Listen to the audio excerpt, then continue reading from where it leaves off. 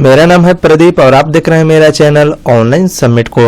तो दोस्तों इस चैनल पर अगर आप नए होंगे तो चैनल को एक बार सब्सक्राइब कर लीजिएगा और वीडियो अगर देख रहे हैं तो वीडियो को एक बार लाइक कर दीजिएगा, क्योंकि दोस्तों अगर आप एक लाइक करते हैं तो मुझे बहुत सारी मोटिवेट मिलती है वीडियो बनाने की। मैं आज पूरी प्रोसेस के साथ अच्छे ढंग से आपको बताने वाला हूं कि जो भी यहाँ पर जमीन की रजिस्ट्री होती है उसको फुल प्रोसेस आपको बताने वाले हैं। यानी कि जो भी मान लीजिए कोई भी जमीन हो, प्लॉट हो, मकान हो, कोई भी चीज यानी कि खेत बधार कुछ भी अगर आप खरीद रहे हैं तो खरीदने के पश्चात आपको ये जानना बहुत जरूरी है कि जमीन रजिस्ट्री होता क्या है।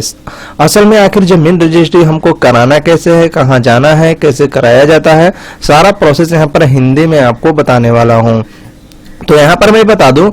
कि जमीन रजिस्ट्री अगर आप करवा रहे हैं, जैसे कि मान लीजिए अगर आप जमीन रजिस्ट्री करवा रहे हैं तो अगर मान लीजिए आपको कोई भी प्लॉट हो, जमीन हो, कोई भी चीज आपको पसंद आ गई हो, जैसे कि आपको यहाँ पर बता दूं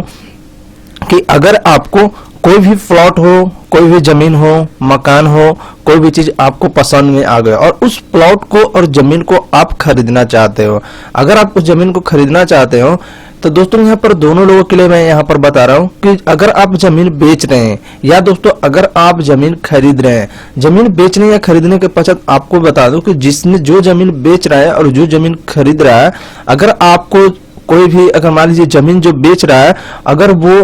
प्लॉट पसंद आ गई है और उसको खरीदना चाहता है और उसको जमीन रजिस्ट्री करवाना चाहता है, तो यहाँ पर बता दूं कि सबसे पहले अगर आपको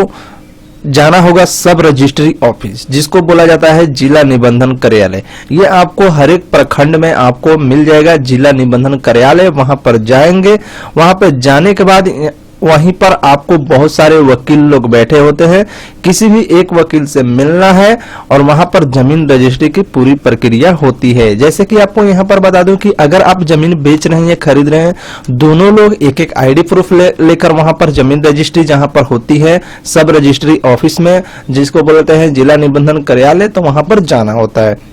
दोनों को एक एक आईडी प्रूफ ले लेनी है, जैसे कि आधार कार्ड हो गया, वोटर आईडी कार्ड, कोई भी प्रूफ या पैन कार्ड, कोई भी प्रूफ लेकर जाना होगा। और यहाँ पर बता दूं कि जिसने भी जमीन बेच रहा है और जो खरीद रहा है, जो जमीन खरीद रहा है उसको दो और अपने जो भी अपने रिलेटिव हैं उनको लेकर जा सकते हैं, क्योंकि वहां पर कुछ गवाहों के रूप में वहां पर साइन वगैरह कराया जाता है। और मैं आपको तो जो जमीन की रजिस्ट्री का जो प्रोसेस है वो मैं क्लियर यहाँ पर बता देता हूँ। जैसे कि आप कोई भी अगर प्लॉट हो, जमीन हो, आपको पूरी तरीके से पसंद में आ गई हो और उसको रजिस्ट्री करवाने चले गए हैं सभी लोग आईडी प्रूफ लेकर और अपने रिलेटिव को लेकर, तो मैं आपको तो किसी अच्छे वकील से मिलना है, वहां पर किसी भी एक वकील से बोलना है कि मेरे को जमीन रजिस्ट्री करवानी है, ये वाला वो सारा प्रोसेस आपको करवा देंगे। और दोस्तों हाँ, एक चीज और बात कि अगर जमीन रजिस्ट्री करवाते वक्त आपको ध्यान देना होगा, जो भी यहाँ पर डीड बनेगा, डीड उसको बोला जाता है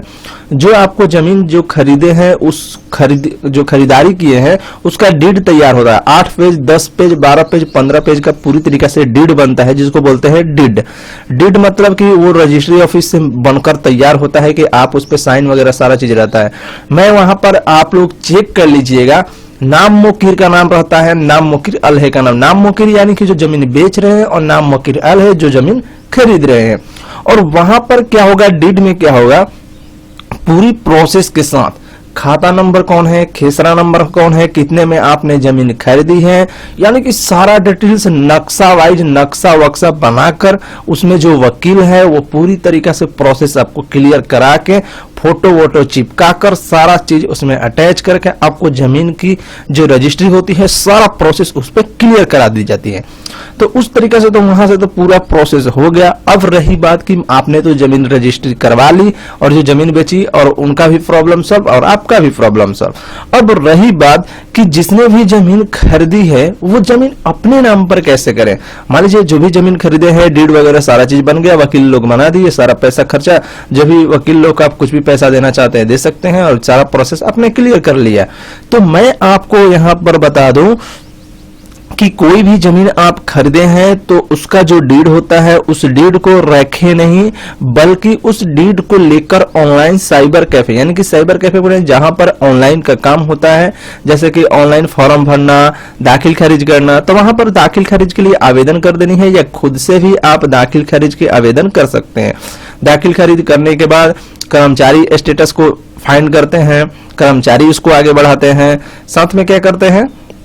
कर्मचारी के बाद सीआई करते हैं, आगे बढ़ाते हैं, सीआई के बाद सीओ करते हैं, लास्ट होता है सीओ के अंडर से। जैसे ही सीओ क्या करते हैं, वेरीफाई कर देते हैं, आपका पूरी तरीके से जो जमीन का रसीद होता है वो पूरी तरीके से कटने लगता है। और जमीन का जब रसीद आपका कटने लगता है तो आप जान जाते हैं कि मेरा सारा प्रोसेस यहाँ पर क्लियर हो गया और मैं अब क्या करूंगा, अपने जमीन का खुद का मालिक हूं और मेरा रसीद मेरे नाम पर कटने लगा, जिसने भी जमीन खरीदा है। तो यानी कि पूरी प्रोसेस जमीन रजिस्ट्री से लेकर यहाँ पर मैंने रसीद कटाने तक, अपने नाम तक मैंने यहाँ पर फुल प्रोसेस बता दिया। अगर किसी को भी ये वीडियो पसंद आई हो तो वीडियो को एक बार लाइक कीजिएगा और चैनल पर हमारे सब्सक्राइब करके इस चैनल पर आ जाइएगा, क्योंकि कोई भी वीडियो मैं अच्छे ढंग से बताता हूं। तो दोस्तों अगर वीडियो अच्छा लगे तो चैनल को एक बार सब्सक्राइब कर लीजिएगा और वीडियो को लाइक जरूर करें। तो चलिए तो मिलते हैं अगले वीडियो की ओर।